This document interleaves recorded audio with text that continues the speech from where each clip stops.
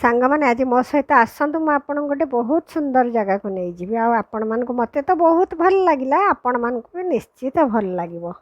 ଚାଲନ୍ତୁ ମୋ ସାଙ୍ଗରେ। ଆମେ ବର୍ତ୍ତମାନ ଚାଲିଲୁ ଗାଡ଼ି ପାର୍କିଂକୁ। ପାର୍କିଂରୁ ଗାଡ଼ି ବାହାର କରିବା ପାଇଁ। ଗାଡ଼ି ବାହାର କରି ସାରିଲା ପରେ ଆମେ ଏବେ ଯିବୁ। କେଉଁଠିକି ଯିବୁ ଆସନ୍ତୁ ମୋ ସାଙ୍ଗରେ, ଆପଣ ଦେଖିବେ। ବର୍ତ୍ତମାନ ମୁଁ ରୋଡ଼ରେ ଗଲାବେଳେ ଟିକେ ଗୋଟେ କିଛି ସିନେରୀ ଆପଣମାନଙ୍କ ପାଇଁ ଭିଡ଼ିଓ ବନେଇଦେଲି। ମୋତେ ଭଲ ଲାଗୁଥିଲା ସେ ସିନେରୀ ଗୁଡ଼ା। ଏମିତି ଆମେ ଯାଇକରି ପହଞ୍ଚିଯିବା ପୂର୍ବରୁ ଦେଖନ୍ତୁ, ଆମେ ଏମିତି ଏଇ ରୋଡ଼ରେ ଯାଉଥିଲି, ମୁଁ କିଛି ଭିଡ଼ିଓ ବନାଉଥିଲି। ଆପଣମାନଙ୍କୁ ଭଲ ଲାଗୁଥିବ ନିଶ୍ଚିତ। ତାପରେ ଆମେ ପହଞ୍ଚିଗଲୁ ଯାଇ ଗୋଟେ ଟି ଷ୍ଟଲ୍ ପାଖରେ। ସେଠାରେ କିଛି ଆମେ ଚା ପିଇବା ପାଇଁ ଓହ୍ଲେଇଲୁ, କାହିଁକିନା ସେଟା ସନ୍ଧ୍ୟା ସମୟ ହେଇଯାଇଥିଲା। ତାପରେ ଚାଟା ବହୁତ ବଢ଼ିଆ ବନେଇଥିଲା ସେ ଷ୍ଟଲ୍ରେ, ଆମକୁ ବହୁତ ଭଲ ଲାଗିଲା ଚା। ତାପରେ ଆସନ୍ତୁ ଦେଖନ୍ତୁ ମୁଁ କେଉଁ ଜାଗାକୁ ଆପଣଙ୍କୁ ନେଇ ଆସିଲି। ଆପଣମାନେ ଦେଖନ୍ତୁ, ଏ ହେଉଛି IIT ହାଇଦ୍ରାବାଦ। ଇଏ ମୋ ଝିଅ, ମାନେ ମୋ ଭଉଣୀର ଝିଅ। ସେ ଏଇଠି IITian, ସେ ବର୍ତ୍ତମାନ ଏଇଠି IIT ପଢ଼ୁଛି। ଆଉ ମୁଁ ତ ପୁରା ଏକ୍ସାଇଟେଡ଼୍ ଥିଲି ଏ ଜାଗାକୁ ଆସିବା ପାଇଁ।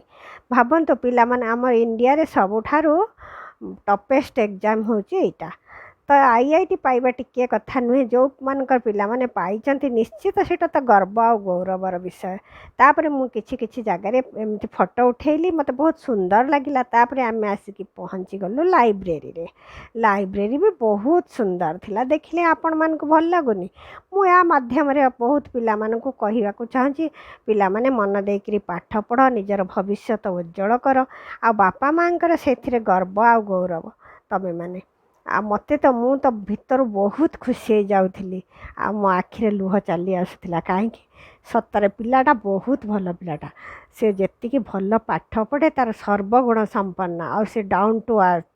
ସେ ପିଲାକୁ ଆପଣ ବିଶ୍ୱାସ କରିବେନି, ଏତେ ସୁନ୍ଦର ପିଲା। ହୁଏତ ମୋର ବି ପିଲାମାନେ, ମୁଁ ତ ଭଉଣୀର ଝିଅ ବୋଲି ଭାବେନି, ନିଜର ପିଲା ବୋଲି ଭାବେ। ଆଉ ବହୁତ ଭଲ ପିଲା ସିଏ। ଭଗବାନ ତା'ର ଭବିଷ୍ୟତ ଉଜ୍ଜ୍ୱଳ କରନ୍ତୁ। ମୁଁ ତ ବହୁତ IITକୁ ଯାଇକି ଏତେ ଖୁସି ହେଇଯାଇଥିଲି, ମୋର ସେଟା ଗୋଟେ ସ୍ୱପ୍ନ ଥିଲା ଯିବା ପାଇଁ। ଆଉ ସେ ସ୍ୱପ୍ନ ମୋର ପୂରଣ ହେଇଥିଲା। ସେ ତ 2 ବର୍ଷ ହେଲା ଏଠି ପଢ଼ିଲାଣି।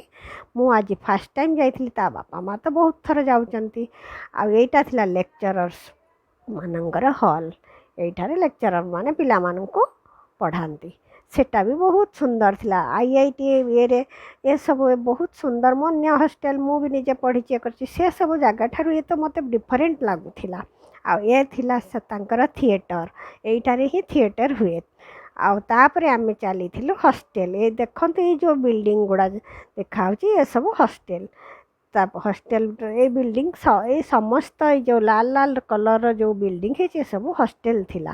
ହଷ୍ଟେଲ ଗୁଡ଼ା ବି ବହୁତ ସୁନ୍ଦର ଥିଲା। ତାପରେ ଝିଅ ଆସିକିରି, ମୁଁ ତାକୁ ସାନୁ ବେବି ଡାକେ, ତା'ର ଚାବି ଖୋଲିଲା। ଏଇଟା ହେଉଛି ତା'ର ରୁମ୍। ତା ରୁମ୍ ବି ଭଲ ଥିଲା।